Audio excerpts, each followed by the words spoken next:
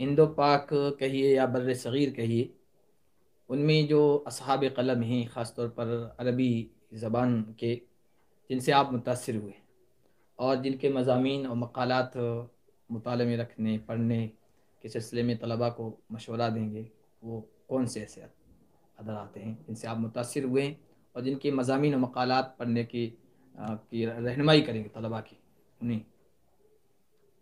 میں نے سب سے زیادہ شروع میں حضرت مولانا سید ابوالحسن علی ندوی علیہ الرحمہ کی تحریریں پڑھی. اذا حبت ریح الایمان ماذا خسر العالم، روائی اقبال الطریق الى المدینۃ المنورہ، علی مرتضی المرتضی. یہ سب کتابیں میں نے طالب علمی کے زمانے میں اچھی خاصی پڑھی تھیں اور بڑی شوق اور دلچسپی سے پڑھی تھیں.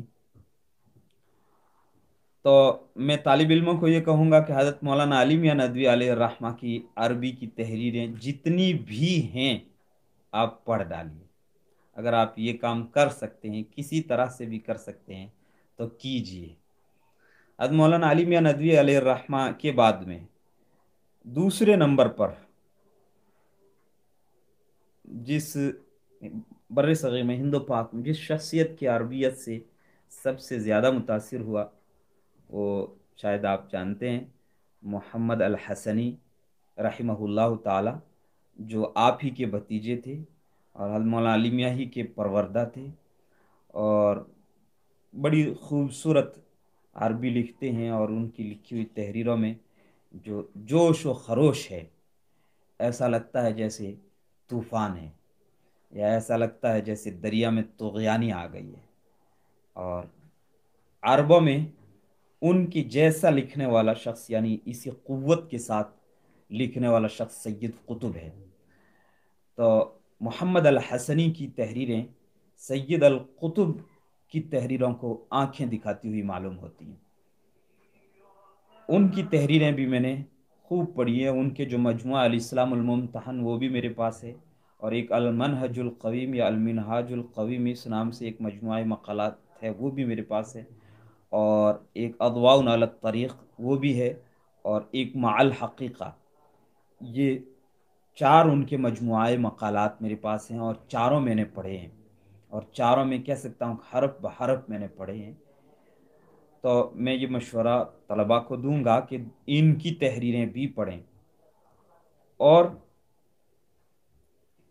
مولانا یوسف بنوری رحمۃ اللہ علیہ کی میں نے کچھ تحریریں پڑھی ہیں، اور معارف السنن، جو ان کی معارف السنن العرب الشدید، العارف الشدید غالباً معارف السنن نام ہے، شرح ہاں ترمذی، ترمذی کی شرح. ترمذی کی شرح مکمل تو نہیں ہے، وہ غالباً کتاب الحج تک ہی ہے، اور اس کے بعد حضرت کا انتقال ہو گیا تھا. وہ بھی میں نے پڑھی ہے. اس کتاب کا بھی مطالعہ کیا ہے، اس کا مقدمہ جو ہے، یا اسی طرح ان کی ایک دو اور بھی تحریریں میں نے پڑھی ہے. وہ بھی عربی بہت خوبصورت لکھتے تھے، بہت بلیغ.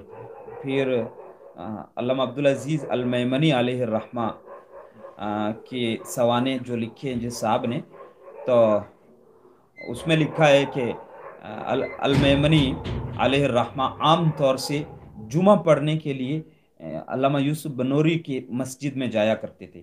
تو کسی نے ان سے پوچھا کہ حضرت آپ جمعہ پڑھنے کے لیے عام طور سے وہاں جاتے ہیں، دور چل کر کے کراچی میں ان کی مسجد میں پہنچ کر جمعہ پڑھتے ہیں، اس کی کیا وجہ؟ تو انہوں نے کہا کہ علامہ یوسف البنوری جو برجستہ عربی میں جمعہ کا خطبہ پڑھتے ہیں وہ مجھے بہت پسند ہے. یعنی وہ ارتجالاً خطبہ دیتے ہیں اور نہایت فصیح اور بلیغ عربی زبان میں دیتے ہیں، وہ مجھے بہت پسند ہے، اس لیے میں جاتا ہوں. اور بہرحال المیمنی کا جو مقام ہے عربی ادب میں بر صغیر میں، وہ جاننے والوں سے تو مخفی نہیں ہے، ورنہ عام طور سے تو ہندوستان کے مولویوں سے مخفی ہی ہے، نہیں پڑھتے لوگ.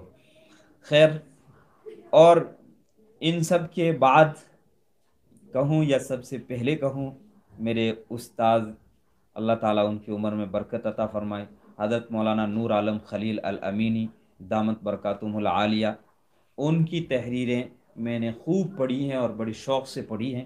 اور ان کی تحریروں میں بھی بڑی قوت اور طاقت، اور ساتھ ہی ساتھ بڑی جاذبیت اور کشش بھی ہوتی ہے، اور بہت خوبصورت لکھتے ہیں. ان کی تحریریں بھی الداعی، اب تو الحمدللہ ان کے اشراق کے تمام 5 ضخیم جلدوں میں چھپ کر کے آنے والے ہیں. انشاءاللہ دعا امید کرتے ہیں کہ بہت جلدی پہنچ جائیں۔ تو وہ تحریریں، اشراقے میں جو آپ کی تحریریں چھپتی ہیں اشراقہ نام سے، وہ بہت خوبصورت ہیں، وہ شراقہ کا